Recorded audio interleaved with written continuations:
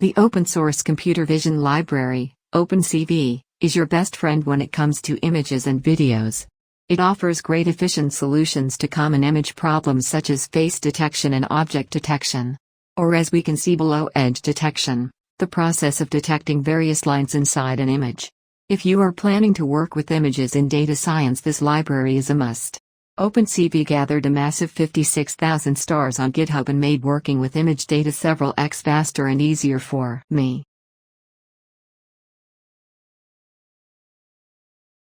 Data visualization is your main way to communicate with non-data wizards.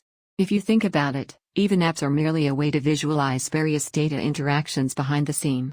Matplotlib is the basis of image visualization in Python. From visualizing your edge detection algorithm to looking at distributions in your data, Matplotlib is your partner in crime. 14,000 stars on GitHub and surely a great library to start contributing to.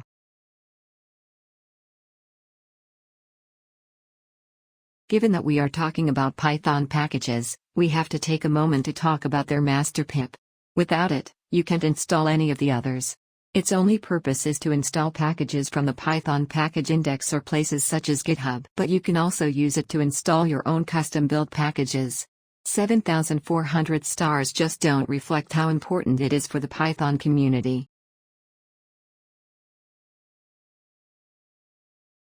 Python wouldn't be the most popular programming language without Numpy.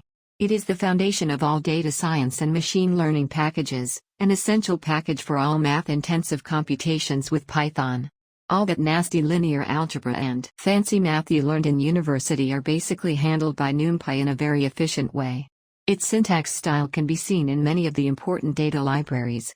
18,100 stars on GitHub give you a glimpse into how crucial of a basis for the Python ecosystem it is.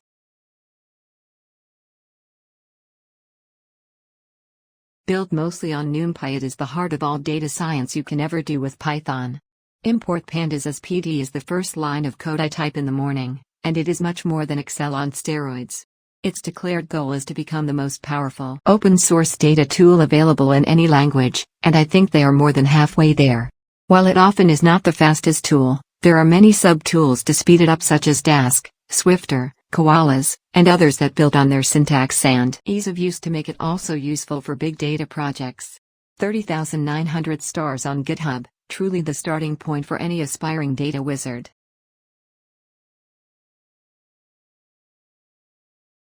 If you ever worked with dates in Python, you know doing it without datedoodle is a pain. It can compute given the current date, the next month, or the distance between dates in seconds. And most importantly, it handles the time zone issues for you, which, if you ever tried doing it without a library, can be a massive pain. 1,600 stars on GitHub show you that gladly not many people have to go through the frustrating process of working with time zones.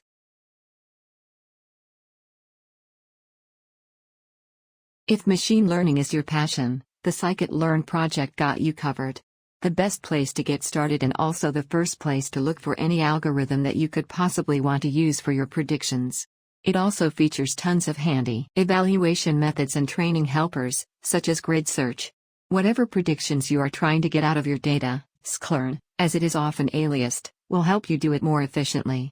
47,000 stars on GitHub tell you why Python is the machine learner's language of choice.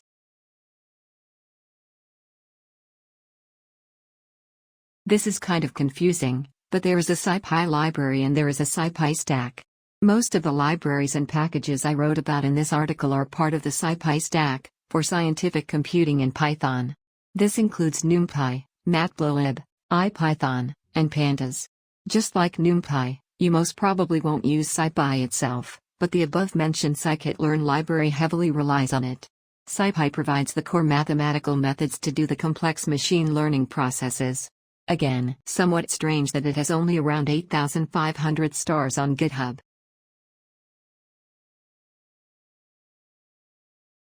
If you ever wondered what my favorite Python package is, look no further, it's this stupid little application called TQDM. All it really does is that it gives you a processing bar that you can throw around any for loop and it will give you a progress bar that tells you how long each iteration takes on average, and most importantly how long it will take, such that you know exactly for how long you can watch YouTube videos before you have to go back to work. 19,300 stars for my favorite package.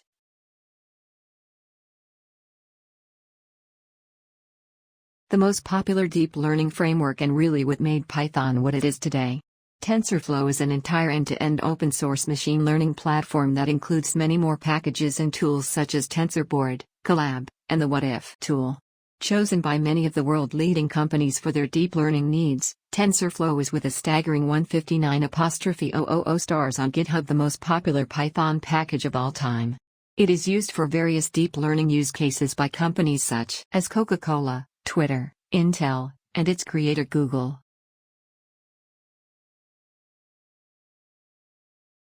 A deep learning framework made for humans, as their slogan goes.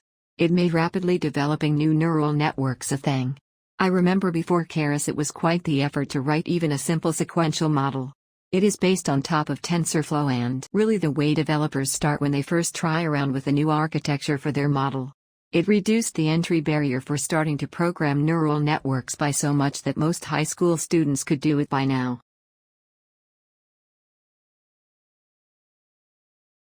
A deep learning framework made for humans, as their slogan goes.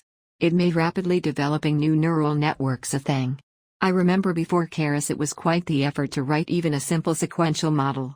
It is based on top of TensorFlow and really the way developers start when they first try around with a new architecture for their model.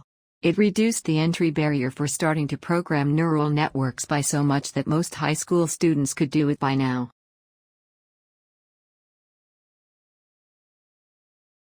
Stats model, in contrast to the fancy new machine learning world, is your door to the classical world of statistics.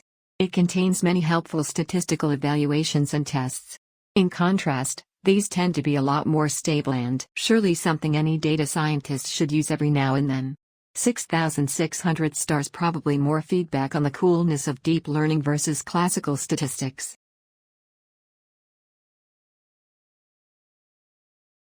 The big alternative to Matplotlib is Plotly, objectively more beautiful, and far better for interactive data visualizations. The main difference to Matplotlib is that it is browser-based and slightly harder to start with, but once you understand the basics it is truly an amazing tool. Its strong integration with Jupyter makes me believe that it will become more and more standard and make people move away from Matplotlib integrations. 10,000 stars on GitHub and slowly catching up with Matplotlib.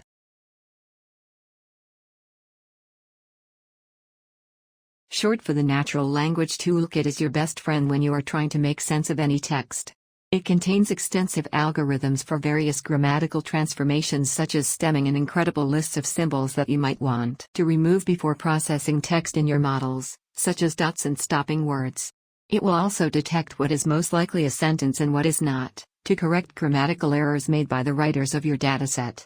All in all, give it a shot if you are working with text. Again, 10,000 stars, which is crazy for a niche package like this one.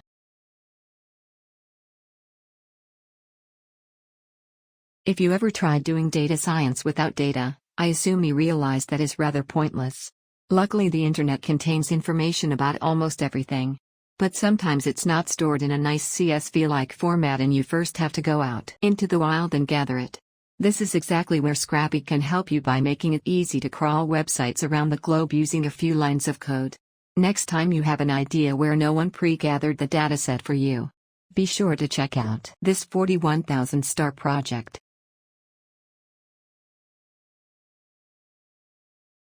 A very similar use case. Often these damn web developers store their data in an inferior data structure called HTML.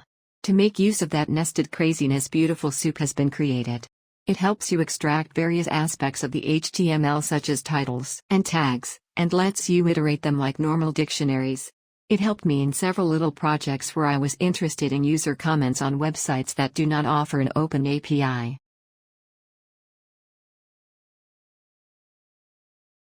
Once our dataset size crosses a certain terabyte threshold, it can be hard to use the common vanilla implementation of machine learning algorithms often offered. XGBoost is there to rescue you from waiting weeks for the computations to end. It is a highly scalable and distributed gradient boosting library that will make sure your calculations run as efficiently as possible. Available in almost all common data science languages and stacks.